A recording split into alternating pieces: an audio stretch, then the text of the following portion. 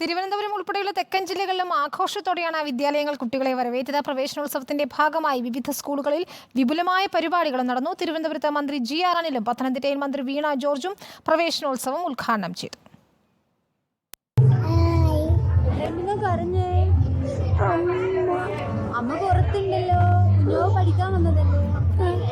ആദ്യ ദിവസം 1ാം ക്ലാസ്സിലെത്തിയ കുഞ്ഞുങ്ങളിൽ ഒരേ സമയം സന്തോഷവും കൗതുകവും, ഒപ്പം അമ്മ ഒറ്റയ്ക്ക് ക്ലാസ്സിലിരുത്തി പോയതിന്റെ സങ്കട കണ്ണീരും.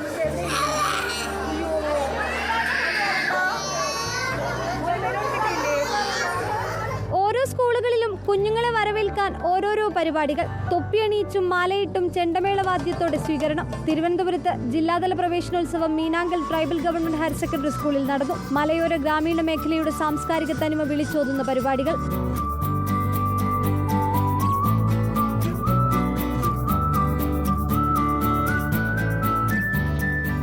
പത്തനംതിട്ട ജില്ലാതല പ്രവേശനോത്സവം അടൂർ, പെരിങ്ങനാട്, തൃച്ചേന്ദമംഗലം ഹയർ സെക്കൻഡറി സ്കൂളിലായിരുന്നു. മന്ത്രി വീണ ജോർജിന്റെ നേതൃത്വത്തിലായിരുന്നു സ്വീകരണ പരിപാടികൾ.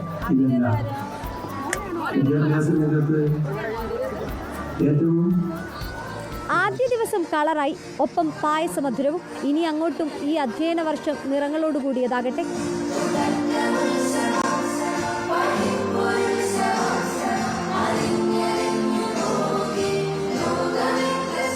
കൊല്ലം, പത്തനംതിട്ട ബ്യൂറോകൾക്കൊപ്പം റിപ്പോർട്ടർ, തിരുവനന്തപുരം.